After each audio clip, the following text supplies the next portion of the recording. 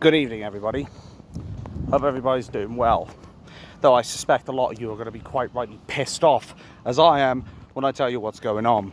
Now, a while back, I made a video which was named Kier Starmer, the biggest traitor in UK history. Well, now, if that was just a beginning, shall we say, of this saga, this sure as shit completely cements him as the biggest traitor of all. That is Kier the Traitor Starmer. Tony Blair has nothing on this bitch, let me tell you. Kier the Traitor Starmer has just agreed upon free movement with the EU. And I know just from instinct more than anything, I can already see the look on your faces. I can already see a lot of traitor, wanker, and all that shit. I can already see it. I don't even need to know. I already know by instinct. The same shit that Kier the Traitor Starmer would have us locked up for gritting our teeth to the police. But I'm going to do a little controversy first. I am going to start with mentioning Richard Inman. Now, people who have tuned in will know that I have been an advocate for peaceful resolution. I don't want to see violence on the streets. I don't want to see thuggery. I don't want to see looting. I don't want to see vans, buses, police stations set on fire. And as much as I loathe the police, I don't want to see innocent policemen and women being assaulted by the British public. But I want to start by saying that Richard Inman still thinks that this is a spiritual battle. No, this is not a spiritual battle. It is a physical battle now. Because what we're seeing is physical bodies in boats and in trucks invading our country. Foreign alien invaders coming over to our country, most of them ungrateful, subhuman pieces of shit, bluntly speaking, including recently a Muslim went and assaulted a Nando's waitress. How lovely, how tolerant of these people. I hear the left wing cry. Yeah, very fucking tolerant. Now, to be fair, in Richard's defence, he's a full-fledged Christian. I'm not a believer of Christianity, though I can safely say I definitely do not believe in Islam.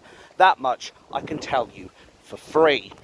The next lot of information is going to cost you 20 quid though. Anyway, I am not a fan of Islam, and I am not a subscriber to Christianity, but I understand its beliefs and heritages. Richard has, as said, always been preaching about we need to keep it peaceful, and I do subscribe to that idea. Believe you me, I don't want to see violence, as I said. But does anybody remember the Peasant Tax Revolt? How we had taxmen coming along and violating our women and children? Do you know what happened to them? The people rose up, killed the bastards, and then they didn't dare do that shit again. When the British people wake up and they've had enough, they take out the trash, whether metaphorically or literally.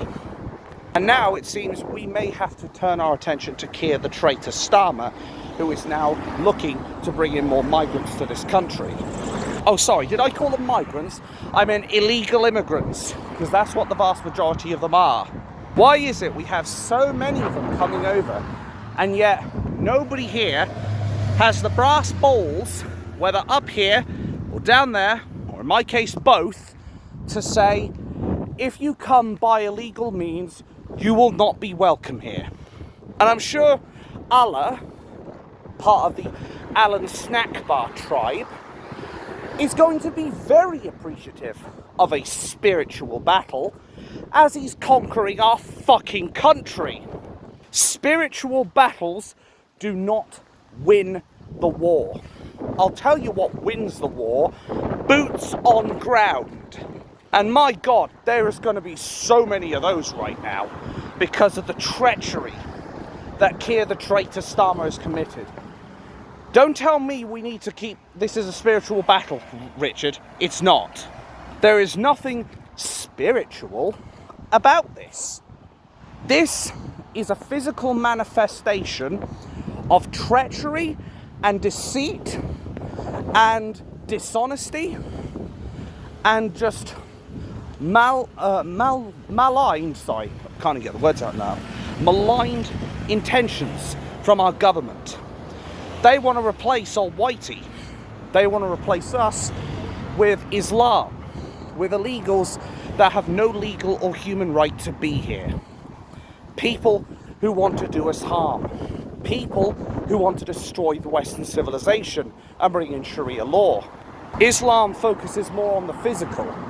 They focus more on being the warrior / conquering religion that it is.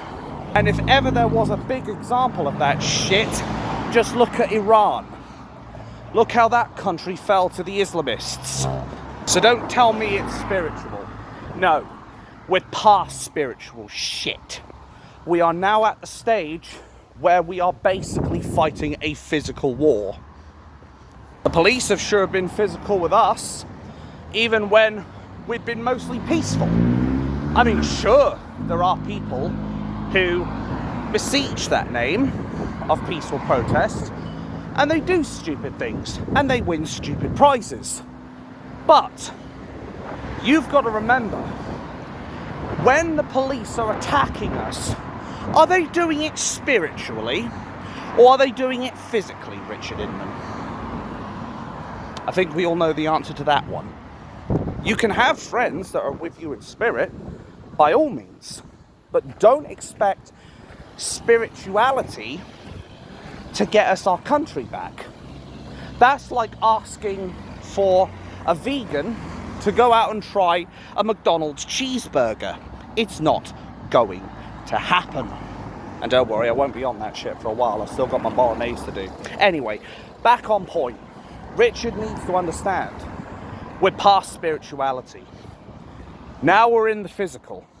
And more importantly, as I've said many, many times, and will say here again, there is no shot after Kier the Traitor Starmer has now announced that he's agreed free movement of people of the EU. There is no shot that this country has 5 years. Absolutely not. Do you honestly think the British people are going to sit here and wait 5 years to vote this dictator, or maybe I was right first time, to vote him out of power? No, they're not. They're going to want to get his sorry ass out of there as quickly as possible. And I suspect a lot of them are going to want to recreate the gallows and hang him from them, quite frankly. Now, if it weren't for a certain war criminal who went to Iraq on a false war, on a false pretense of WMDs, we'd still have the traitor law. The very same law he rescinded just before he went off to commit war crimes. But of course the mainstream media won't tell you this. You know the drill, folks, because say it with me, it doesn't suit the narrative. Some people have even been saying it in the comments of some of the more recent videos, especially from Maya Tuzi. We got 6 to 12 months. Maybe not even.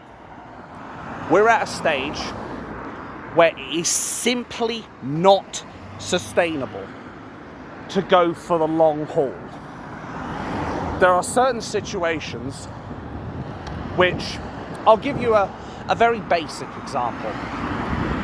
If you compare a battle across no man's land with the Axis forces and the Allied forces, they had to fight tooth and nail for every bit of ground, and it took a very, very long time for that no man's land to eventually disappear. This is more like Kier the Traitor Starmer has got his hands quite firmly around our necks, and he is going to start cutting off our air supply. And if we don't do something within about 30 seconds, our oxygen's going to be dead, our brain's going to be starved of oxygen, and we're all likely going to be dead on the floor. Very basic comparison, I know. Maybe not even a very good one for all I care.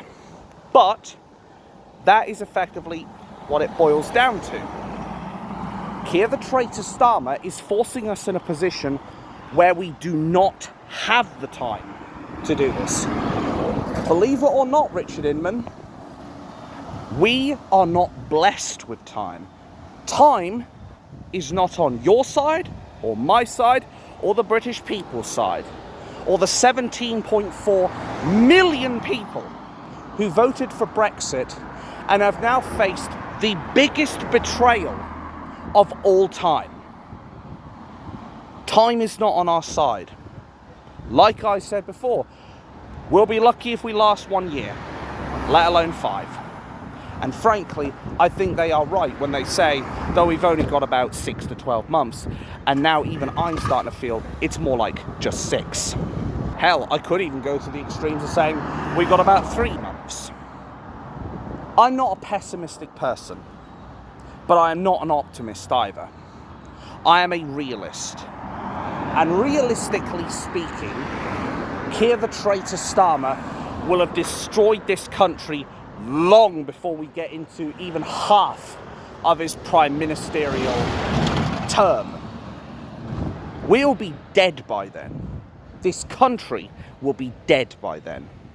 Why do you think there are people right now who are very seriously considering going over to Russia to live with Putin after he has offered us temporary residence and we don't even need to provide the ability to speak Russian? All on the pretense of he believes he wants us to escape these neoliberal woke values, which he's right. We do want to get away from the wokery and the bullshit.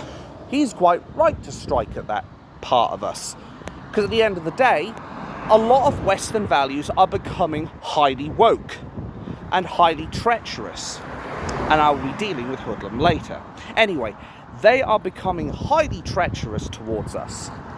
They want to replace old Whitey. Do you think they are going to give us 5 years to come together as a community and deal with this shit? Like hell are they? Kier the Traitor Starmer knows if he goes for a short-term battle, a short, sharp shock, we're not going to have a chance to mobilise. We're not going to have a chance to claim back our country. We're not going to have a chance to be able to reverse the damage this traitor has done. What say you, Richard Inman? Do you agree? Or are you going to still sit there and say this is a spiritual battle and that we have to go for the long haul when we don't have the time to spare? Now let me be clear on this. I don't hate Richard Inman, far from it. I think he is an amazing talker. However, there comes a time when the time for talk is over, or talking is providing diminishing returns. And we are seeing that right now. Clearly, Kier the Traitor Starmer has got his mind set. He knows exactly what he's doing. He knows exactly what he wants. Kier the Traitor Starmer wants to flood us with illegal immigrants and drown out the British populace and arrest us in place of the dangerous criminals he's released. He wants to lock up dissidents, political dissidents, so that nobody has a platform to speak up against Kier the Traitor Starmer. That's unequivocal fascism. Do you honestly think we've got 5 years to wait for this shit? Do you think this is the time where we need to start speaking until our lungs dry up? Do you really think that we are in a position where we can basically talk and talk and talk until the cows come home? No, we're not in that position. We don't have the time. It's not time for talk anymore. It's time for action. We need people to start collectively forming groups, getting us rallied up, and we need to be out on the streets protesting. And if they still refuse after a couple of months to stop going against the British people, then I think you know what the alternative is, Richard Inman, and it's one neither of us want. But when you make peaceful resolution impossible, you make violent revolution inevitable. At the end of the day, we cannot continue to allow Kier the Traitor Starmer to wrap that anchor around our legs and throw us in the middle of the Pacific fucking Ocean. Now, I think I'm done with that. I don't want to focus all of this too much on Richard Inman, because at the end of the day, he is one of the good guys, and I've even said it myself. I've said we need to stop fighting each other, we need to start fighting the establishment full of traitors that prioritises Islam over British people. They are prioritising protecting the enemy over protecting their own people. The fact now that Kier the Traitor Starmer has decided we're going to allow free movement of people now, this is going to cause the numbers to absolutely skyrocket. Like, if you thought we saw immigration before, you haven't seen anything yet. Just wait till they realise, oh, we're opening the floodgates for all of them to come over. Oh boy, are we in for a shock. Like, you can't seriously sit here and tell me that every Tom, Dick and Harry that comes over to this country isn't now going to invite their entire families over. You're not seriously going to tell me that they're going to leave their cousins, their uncles, their mothers, their fathers, their brothers and sisters. You're not seriously going to say to me they're just going to leave them over into their country of origins, are you? No, they're going to bring them all over for Benefits Britain. And they're going to claim jihadi seekers allowance. Oh, sorry, that was the words of Anjem Chowdhury, wasn't it?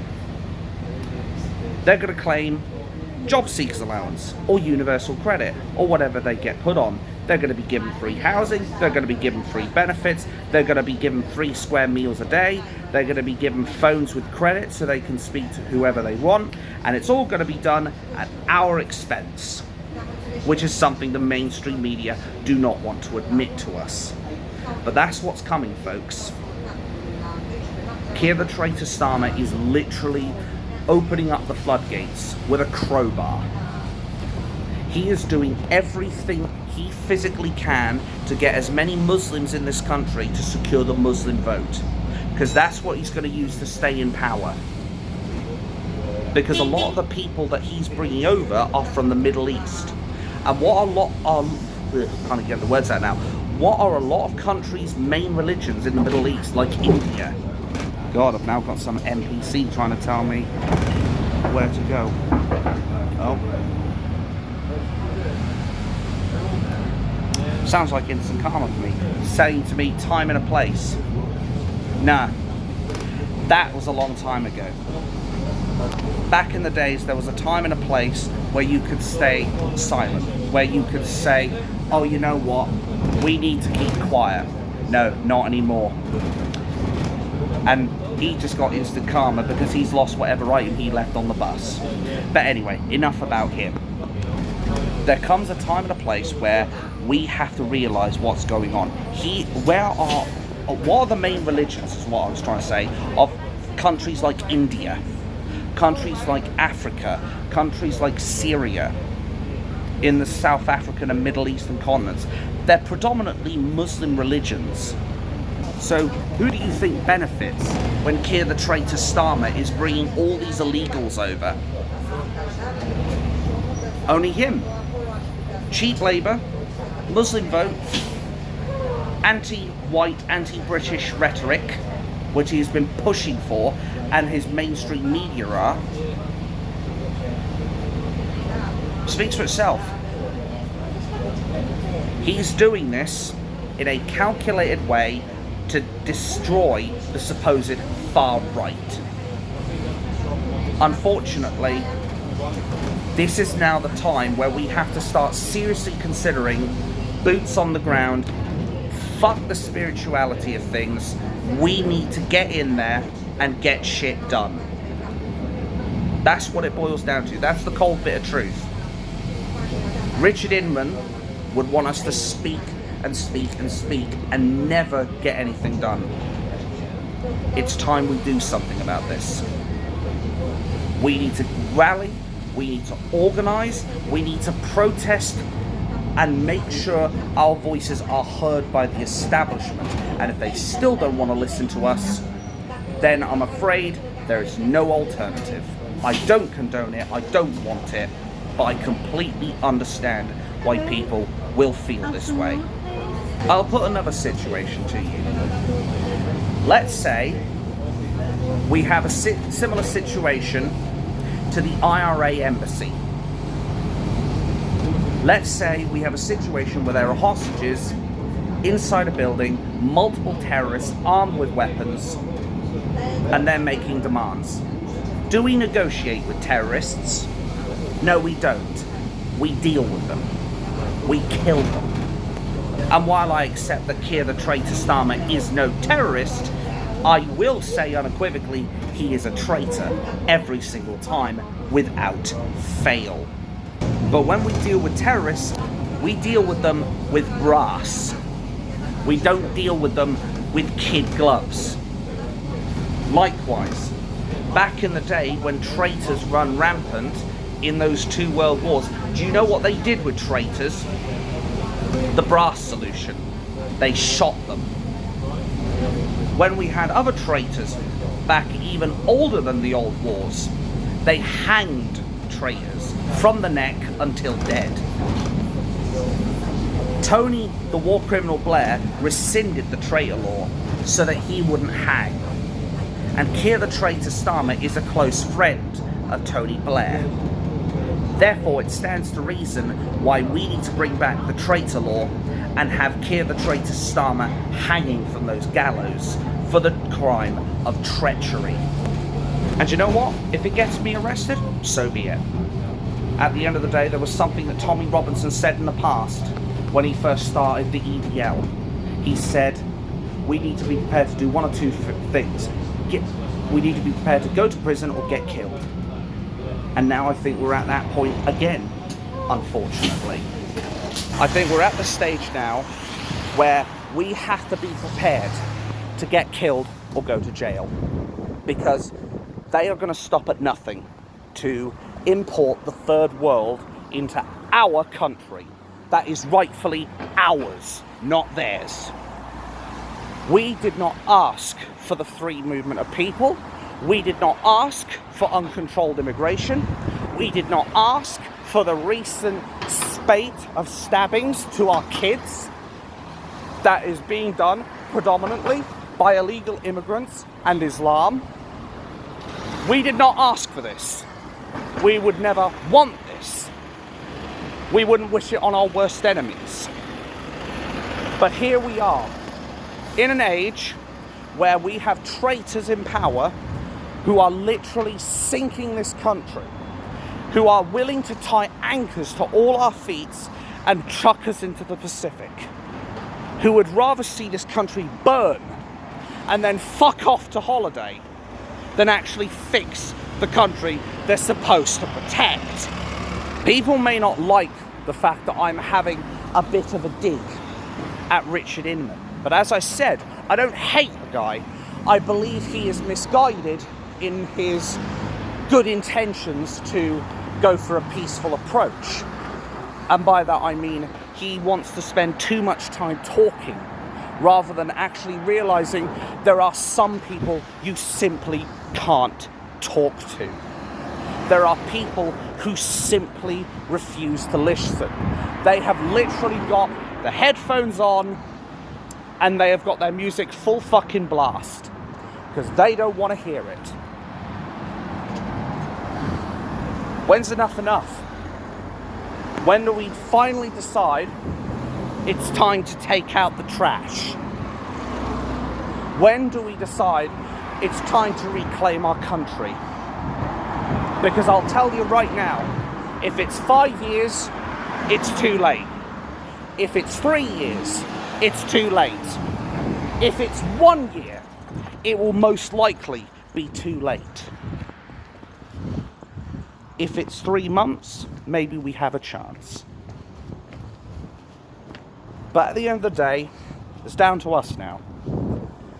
The one thing I will give credit to the Muslim community on is that when something happens to them and they're outraged by it, They have something that we don't. The ability to mobilize quickly and form groups of people in significant numbers in very rapid response. We need to start doing the same. We need massive numbers of people quickly and efficiently to protest against this traitorous establishment that will stop at seemingly nothing to destroy this country.